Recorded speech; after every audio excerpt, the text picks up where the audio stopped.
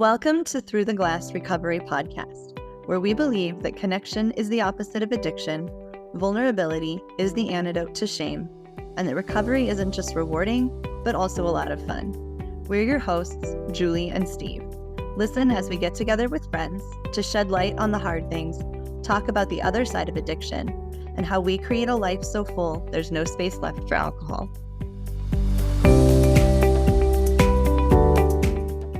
This is the second episode of a two-part series where we talk about what each of us considers to be the hardest part of sobriety. We continue the discussion with John, Molly, and Liz and cover topics like learning to fall in love with failure, practicing responding instead of reacting, having the confidence to reach out when we're struggling, understanding and acknowledging the value of big emotions, even when they're hard to deal with. There are a lot of personal stories here that I think listeners will really be able to relate to. Remember that every time you hit like or especially subscribe or follow, it lets the podcast platforms know that you think we've shared valuable content here, and other people that might benefit from our podcast will be more likely to see it. I think that kind of tees off the most difficult thing for me has been learning how to handle and cope with the big emotions, and especially the difficult emotions. That was the thing I was most afraid of when I quit drinking, was how I would handle the things that were really hard to feel. Because I do feel a lot of things very strongly. And I'm still just learning that. I don't have any real answers. It's kind of a moment by moment and case by case sort of thing. I would love to hear what you guys do as far as dealing with big things. Like I lost my dog in January, and just like the crushing grief of that. It was kind of out of the blue. She got sick and died all within a week. And that was really hard to deal with. I've got a lot of anxiety right now because one of my parents isn't well. And where is that going to go? And what's that going to look like? And so like all of those things are huge feelings for me. And they're hard to cope with because I know now I don't need to shut them off. But sometimes it's hard to know what to do with them and to get through them in a healthy way, if that makes sense. Yeah, I guess the hardest thing for me to cope with a lot is anger. I've had a lot of anxiety, self-doubt, things like that over the years. Some of that was getting better actually even a little before my sobriety, and I don't know if it's a lot of therapy or just sort of like having finally told enough other people how to work on this that maybe it eventually sank in on myself. There was a little bit more of a meta feel, but for me, anger is still the really hard one because it's like I can get so destructive then. And, you know, one of the hard things is coming back and you're like, man, yeah, I just made a mess of whatever it is, like family dinner or something like that. How do I come back and be like, it's not that the emotion's wrong, but like, dude, you can't ruin your kid's night just because you're upset about something. Like there's ways to be mad and not have everyone in tears, right? Like, and even in sobriety, I've got that kind of destructive capacity. How do I like both respect the feeling and honor it without like taking it out on everybody and everything around me? I don't know. It's one of the things I'm getting a lot more practice at is coming back again later and being like, okay, that didn't work. Round two, which I never used to do. Like I used to walk away from it, hope it would all disappear by tomorrow. And I think it's a different struggle in terms of like, I know what's going on, but I'll sometimes be sitting there being like, it's a little frightening sometimes when I'm realizing like I'm not in control. I don't like who I am. And it's at least how I'm acting right now. And being like, what do I do now? You know, I don't think when I was drinking, I realized how out of control my actions were or how destructive it could get. And so I wouldn't feel half so bad about it. It's just sort of there. But now I'm seeing it and it's like, oh. So there's a little more guilt around that, trying to come back later and face it again. Like, well, now what? When you have that anger, is it like at a situation, at a person, at like is it all, or does it change, you know, depending on the scenario? I think I'm usually angry about things that I think are sort of unfair and sometimes a little childish definition of unfair. But who gets the brunt of the anger is not necessarily related to who the problem is. Like it's usually just like whoever's around, you know. we are currently working on the fact that we were supposed to go on vacation 2.5 weeks, and my wife's COVID anxiety said that we just canceled that. And so we have not lost it. It's like the first time in years that something like this, because like I see where she's coming from. I disagree with her on some of it. Like this is not crazy, but it feels very hard. And so things like this, where it's like, it's not fair that we have COVID. It's not fair that all these things happen, but it's not fair that I am shot to pieces at work. And then I had somebody come in who berated me, being like, why don't you guys actually have any experts in your field? And I was like, are you fucking kidding me? And 25 years of my life I've been training to get here. Do you have any experts in your field? And so then it's like, oh, well, we're not going to do the vacation. And I was like, oh my God, I don't have it in me for this conversation. But it turns out, and this is like the first time I've actually lived in real life, it's like, I can be like pretty upset. I don't actually have to then like connect it with like yelling at people. I feel like, okay. I think I must have had like a little bit of a breakdown because there's a blur. There's like a very hazy spot in my memory of that yesterday morning or whatever it was. But like, we're looking at it. We're like, all right, well, by the end of the day, we're like, what are we going to do? You know? And I won't say it was pleasant or a fun thing, but it was like grown up. We were like, okay, well, let's be productive about it. I guess that's growth, but it's hard sometimes because it means coming back to the pain and coming back to the fact that like a lot of times I'm part of the problem. Whether it's like my expectations and resentments or that like I'm just not cooperating in the solution. I think I guess I've kind of learned something similar, especially with my kids. I have teenagers. Teenagers are just known for being difficult and doing everything they can to just fuck with you. My oldest daughter especially has this way of picking the worst possible time to walk in, interrupt everything I'm doing, and drop some kind of bomb that has the potential to just make me explode. And so we've done this enough now. And I used to just explode. So she would, and sometimes I swear she did it on purpose. I don't think she did. She just has really bad timing. But I've learned now, and I think she's almost used to it, where she'll walk in and drop some kind of news or some statement that should get a reaction. And I just say, okay. And that's it. And then she leaves. And I mean, it'll take me 24, 48 hours to process before I come back and I'm like, okay, I'm ready to have a conversation now. And at first she was like, you didn't even say anything. And I'm like, well, I knew if I did say something that I would be reacting, not responding. And we both know how that goes. So now I just look at her and I say, okay, and leave it at that. And now she's just kind of used to it, which I think is a letdown from her. Because sometimes I think she almost wants like the outburst or, she wants some kind of emotional reaction. And it's good though, because then I don't say things that I regret later, because that used to be a really common theme in my parenting of teenagers, was just saying something in the moment and then regretting it later. So that pause is good. I don't know that 24 or 48 hours is necessarily a great idea because then it leaves the other person hanging, but my reaction is much more sane if I do that.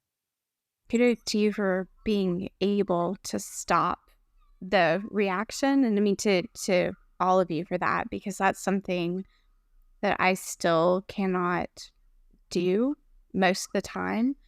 And I understand that that can be very dangerous or destructive. But I kind of feel like the reason I was drinking was to stop the big feelings, or not to stop them, but to give me just a break from them, to like push pause and just have a mental break from all of the fucking feelings all of the time.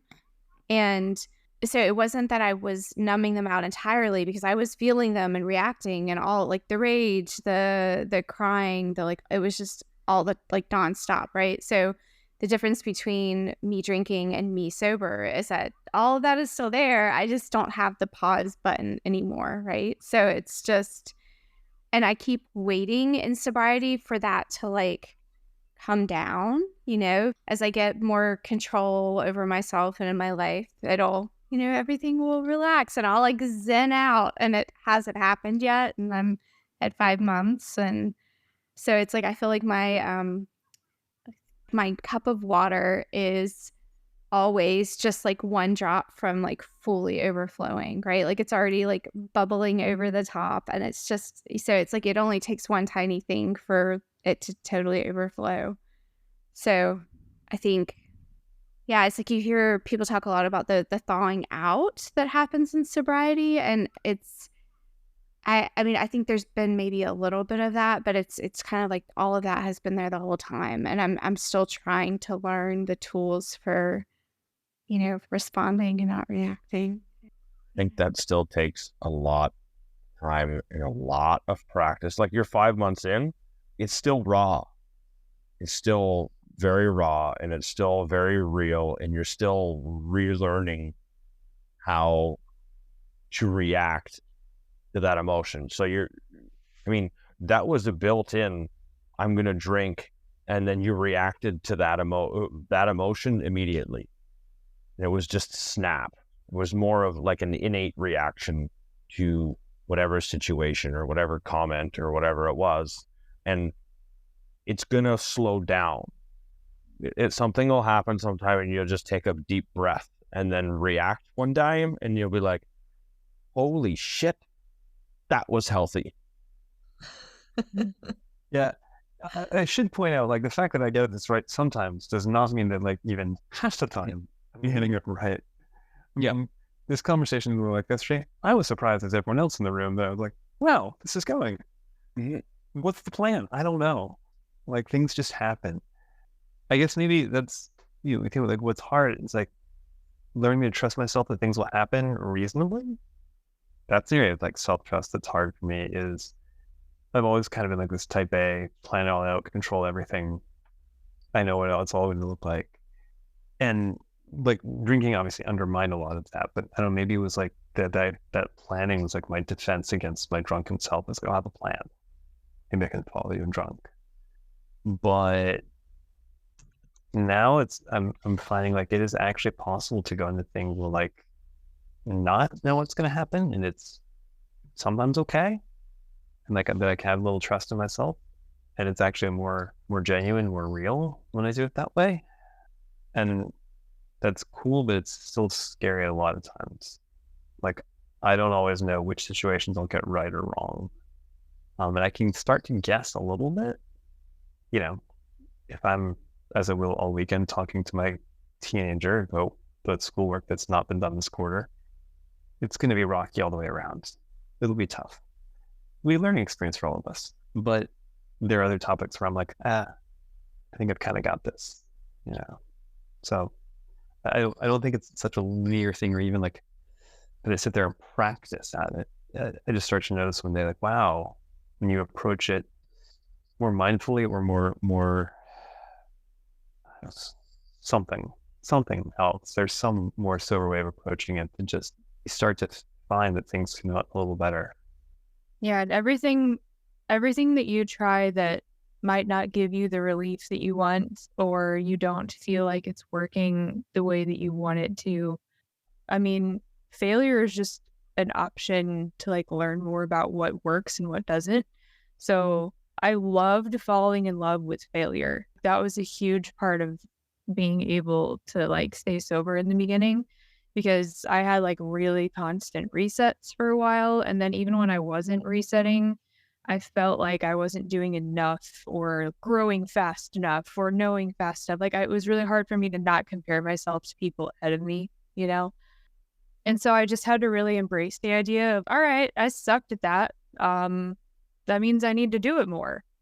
And so the things that I was bad at, or that made me uncomfortable, or that I still had trouble with, were just things that I hadn't practiced at.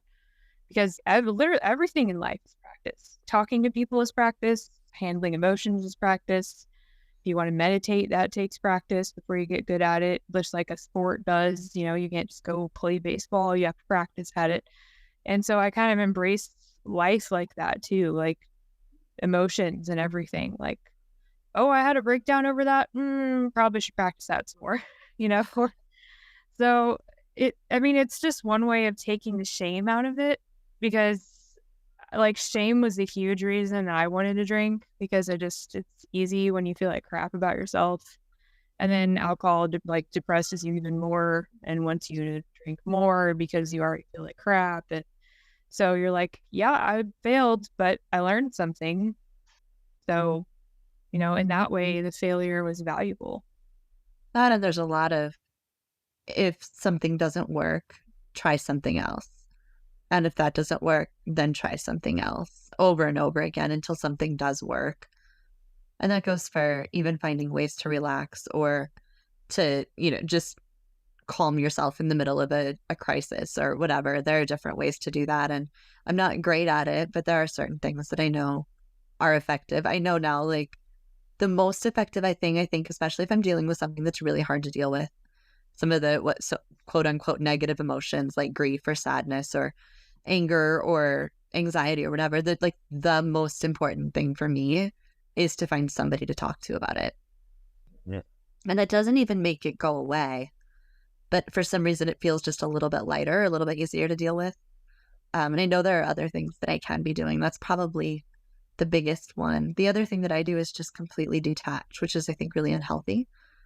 But I'll just I don't know, it's not always unhealthy. Sometimes it's actually really helpful to sit outside of the issue and see what's going on, almost like I'm watching somebody else's life or watching a TV show or something, and see what's happening, see my reaction, see the thing that's happening, see the other people in it. And sometimes that's good because it gives me the perspective. Sometimes it's bad because I'm just detaching completely. So there's a balance in there with that. But I don't know, those two things, I guess, help a little bit. And then I've tried lots of things that are just completely ineffective and just leave me feeling worse. So I know not to do those things anymore. Talking about it for me is pretty much the main ingredient in all of the recipes. It's part of every recipe for the most part to begin with, but talking about it is like the main ingredient in how I approach most of sobriety, really, in the end, is in getting over that fear of saying the thing that's shameful or whatever that is, and just getting it out, sharing it. And then it never seems to be near as big a deal as what I made it out to be in my own head.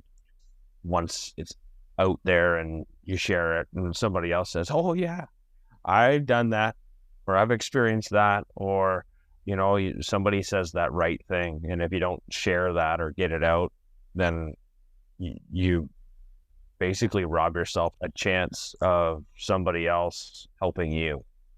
That's where connection is the one thing that saves most of us, I think, more than anything else.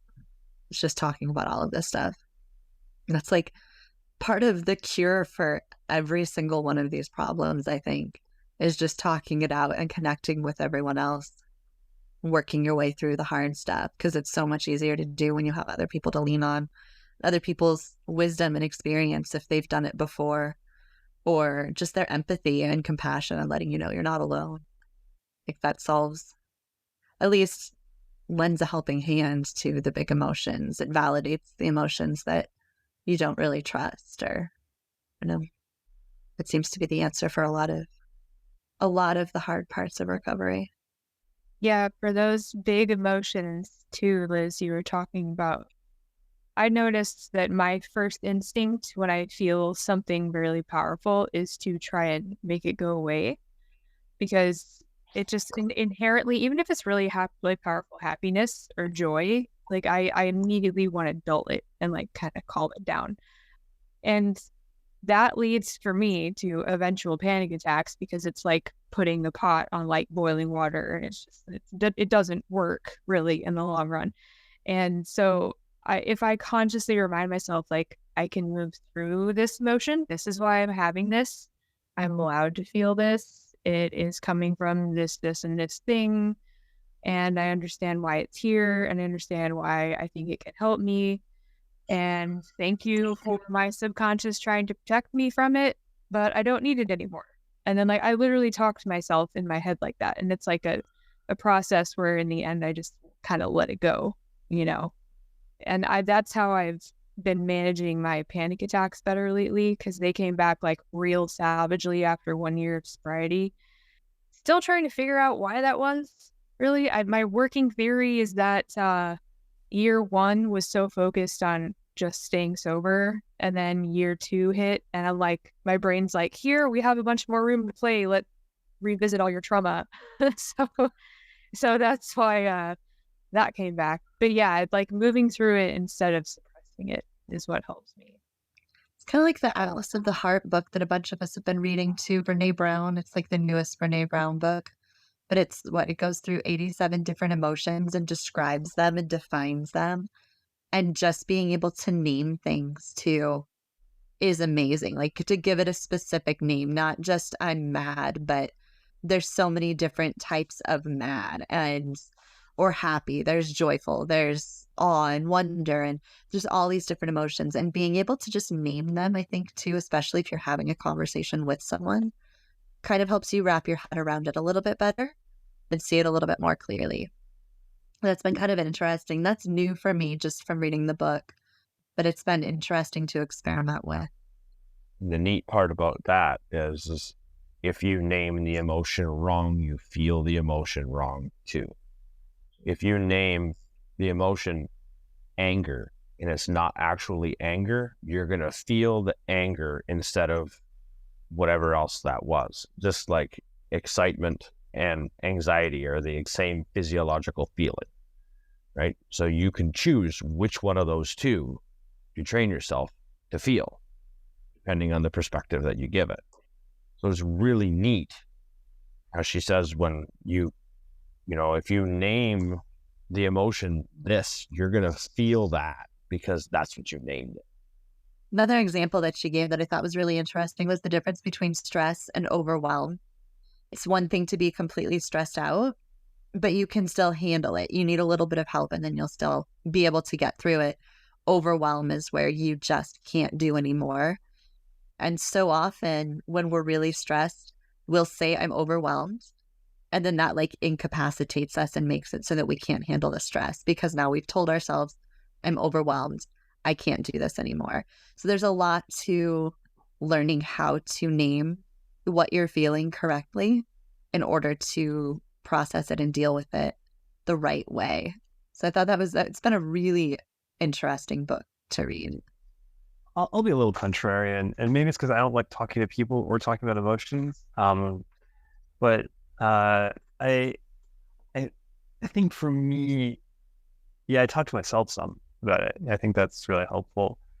But I think one thing for me is about what I can't do is sit there and stew on it. Like that's the worst thing. Or I'm future tripping, like future conversations where I'm proving myself right. Some terrible plan, right? That's the worst. And so for me, sometimes it's like having something concrete, focal to do. Like I get the thought, it's usually in my head already. I don't have to get it there. It's just there. And like I'm going to do something else. And I know it's not really going to get out of my head. It'll still be there somewhere. But if I have something that's otherwise pretty all-consuming, then I come back a couple hours later. For me, there's a little bit of perspective, like, again, dealing a lot with me and anger, but like, how mad am I still? And if I'm like 2 hours later, I'm like, meh, we should probably do something about that. It's not that it was wrong to feel it, but like, I don't need to necessarily, like, I've taken that opportunity to kind of get some perspective and say, wait a minute, there's the difference between like my immediate reaction and kind of like the deeper foundational feeling of how I feel about it. And I think that for me, part of it is not actually kidding. I'm not really great at the time with feelings. And so sometimes like I get out there and I'm like, I say things and like, I struggle with validation on it. I'm a little better when I keep it more internal. Like literally some of my therapists and folks are like, just how to like step back and watch my feelings from the outside and like let them go off, right? And to kind of laugh at the crazy that I am. And I think that's useful. And if I give it a little space, I'm better able to do that. And for me, sometimes I don't have to share it. I step back and be like, man, let's separate the sort of crazy part and the actual, here's something you don't like. What are you going to do about it? tend to be kind of a problem solver. Like, what am I going to fix? And if the answer is, you can't fix this, then start recruiting the help, And it's like, okay, things with my kids. Sorry for this sort of like husband role thing, Julie, but like very much I defer a lot of some of the things are like the school and homework to my wife. But I'm like, I know every time I get in there, it's a shit show. So like we'll talk, my wife and I. She'll help with a plan, and then like I'll reinforce with the kids. I actually talk with my kids out. They're feeling some, especially my older son. Like, how are you dealing with stress? Like yesterday at dinner, he's all stressed out. So he's like, I'm not hungry. So I was able to take him for 5 or 10 minutes and talk about his feelings, but I can't do it alone. And so I just got to kind of get myself a little space. Maybe there's things at work, maybe it's things with my wife, but how do I step back from the reaction and identify like, what's the fundamental problem here? And for me, I just need space, but it can't be just time where I just dwell on it. Like, that's horrible. Staying up late at night thinking about my problems, it's a disaster. It's gotta be something like where I'm engaged in the world and kind of saying, what's the big deal here? Because I'm really good at either worrying or getting angry about things that are really not that big a deal. You talked about problem solving there. One of the things that I do a lot of times if I'm in a situation that I just don't like, or the ruminating, the stewing over something, I do that a lot. But I'm an action items person. So I will look at a situation and be like, what action item can I create from this so I can go do a thing to try to fix it or make it better or improve the situation in some way. And I've had lists of action items, like my relationship with this person is not very good. What can I do to fix it? And then I actually make a little action item and then I have to go and do it and then check it off because, again, lists. Or like, I'm kind of lonely. I don't have a lot of friends in real life, especially friends that are supportive of the sober version of me. So that I actually, like, one of my action items was call this neighbor that I know I really like and see if she wants to come over for tea and start building that friendship. And so if I make the action item and it has a little empty check box next to it, I will probably do the thing just so I can put the check in the box. It's very effective. If I mail you a planner, can you like customize it for me, Julie? Because that's so cool. I'm going to mail her my stresses and she'll send me a very lovely, artistic action item list. Like, yeah. See those, yeah. Yeah. Like professional thought organizer, Julie. Like, that's you. Yeah. Like, I can make your neuroses seem so attractive. I didn't know I could take that version of crazy and turn it into something useful, but now I feel like I have like a new job prospect. Yeah. Cool. Yep. But I think here's the thing, right? Of like, what are you good at? And use that to balance out what's giving you a hard time, right? Like, play to your strengths. And for me, when I'm depressed, anxious, angry, I have no strengths. That's my view on myself. There's nothing to work with here. That's not really entirely true. There are some things that I've got some value in, and like part of what I've got to do, and part of why like doing things for me is a way of sort of therapy, is to be like, I am productive. Like literally right now, I am generating something that's really helpful. So that, I think that idea of being like, everyone's got their own definition of value. And for me, it's not super healthy to be too concrete about like being productive, but it sure feels good. I mean, the crafts I do, part of the reason I like it is like I get something physical out of the end of it, like that, I made that. That feels good to me. And whether that's really like a sophisticated way of approaching the world or not, I don't know, it works for me. That's all I got. And I think as I've started to find that and know that about myself, it's like, okay, I have tools. I have a couple tools.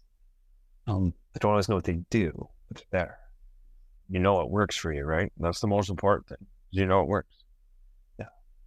And I don't think anything that any of us, I guess, is ever going to work for like everybody, right? Yeah. Yeah, there's definitely no catch-all. It's whatever works for you, it might work for somebody else. It might not work as well for somebody else, but I mean, this why we all talk about it, because there's somebody in the room that's probably experienced something that you have, and you might be able to share what works.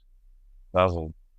So the problem with the kind of too much feeling, which Shirley, you were talking about earlier, and I know you and I have talked quite a lot about that.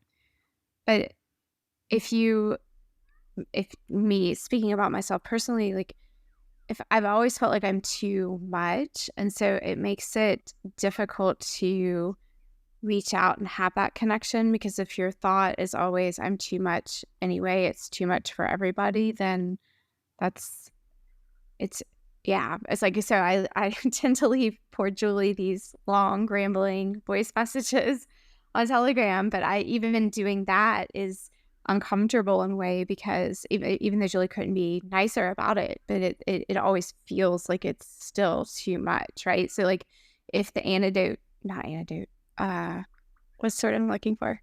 Opposite. Not opposite, but like the cure or whatever for oh, sorry, I don't trust my brain anymore. I'm so tired. But yeah, it's if connection is what keeps us sober.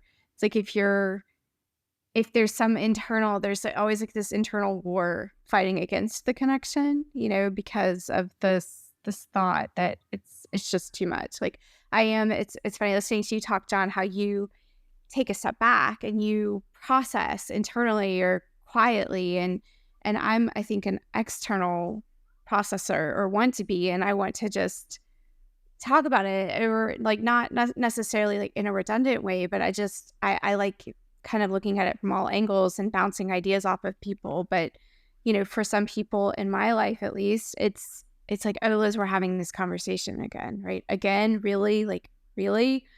And so yeah, I mean, if that's the messaging that I'm internalizing, it's Those people are jerks, and you should stop hanging out with them.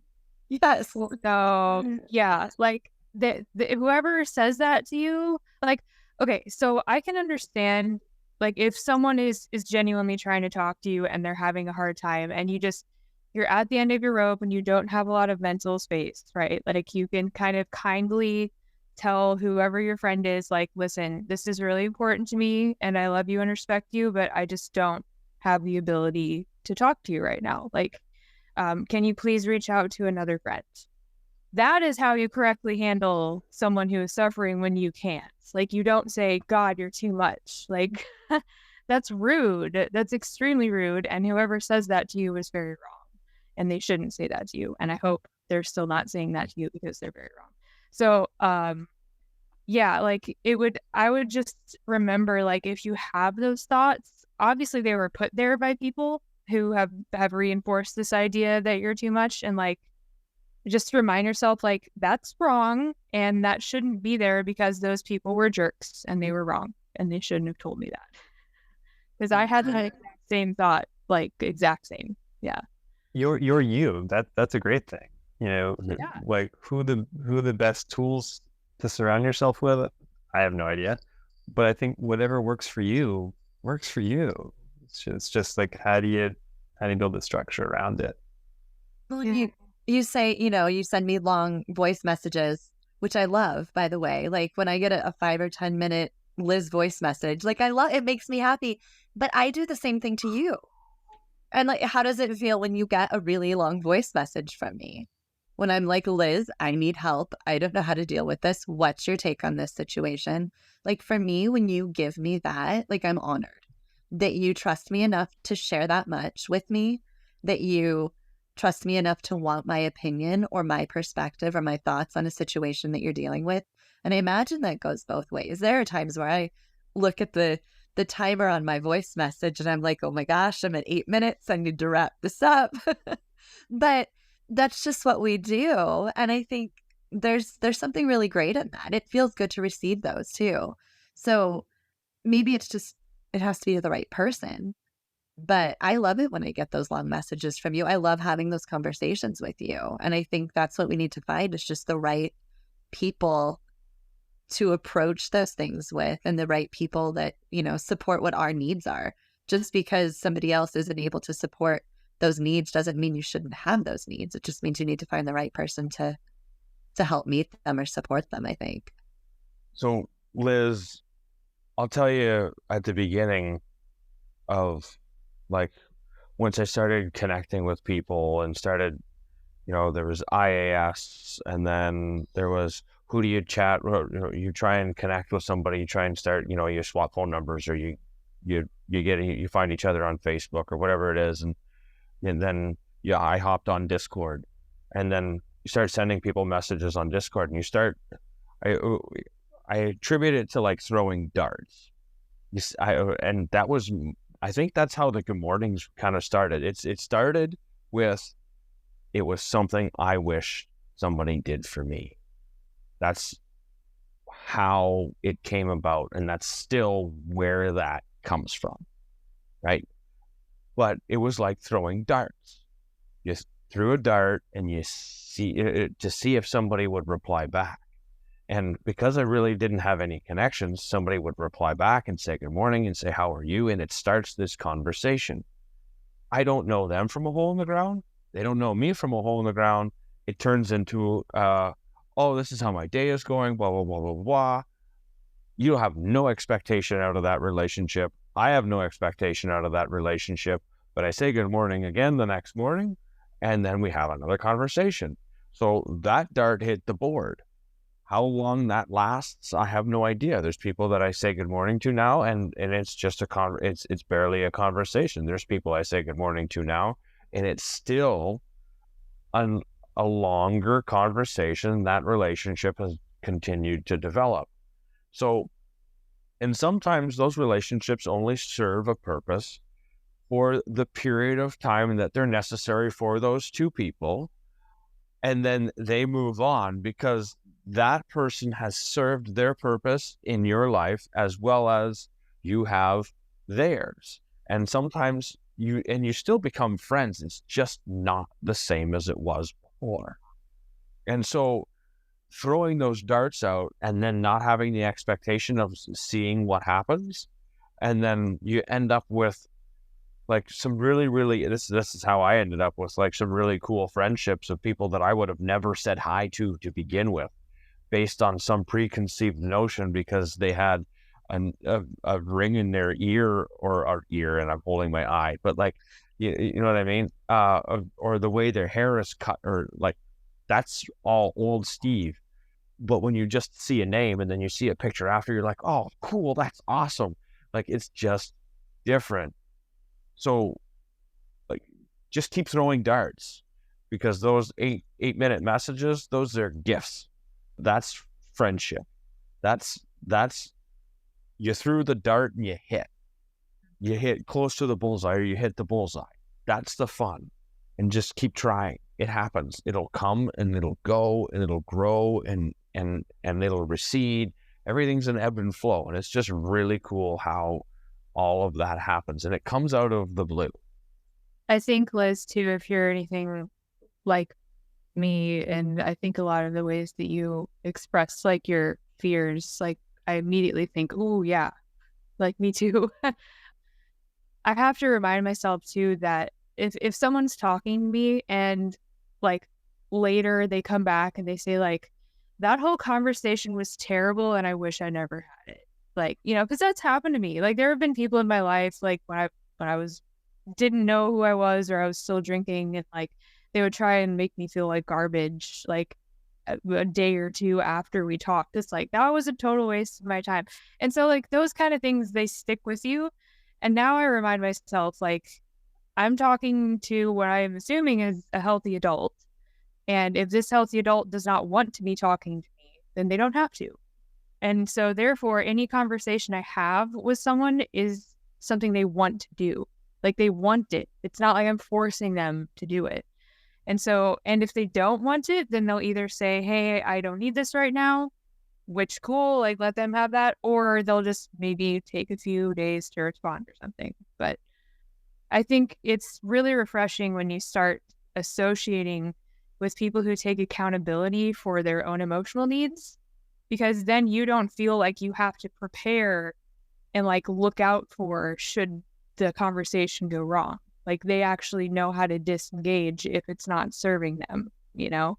So it's not like you constantly being like, oh, am I too much? Like, should I stop right now? You know, like they understand, they get it. So That's what I we're don't think learning it's how to do. It's just yeah, easy. emotionally- Like it's learning. As I say, like I messaged Julia. I was like, what one time, like what do friends do again? Like, how does this work? Like, I'm not really good at this. Can someone pass me the cheat sheet? So I think it's not entirely natural to figure that out either. It shouldn't be weird that like it's hard or awkward at times. That's part of the course. It's what we're all learning how to do. It makes us good adults. I want to thank John, Molly, and Liz for joining us tonight. We'd also like to thank our listeners for sharing this space with us. Remember to subscribe or follow to keep getting new content. And if you have any comments or topic suggestions, we'd love to hear from you at throughtheglassrecovery@gmail.com. We'll see you next time as we continue to explore life on the other side of alcohol.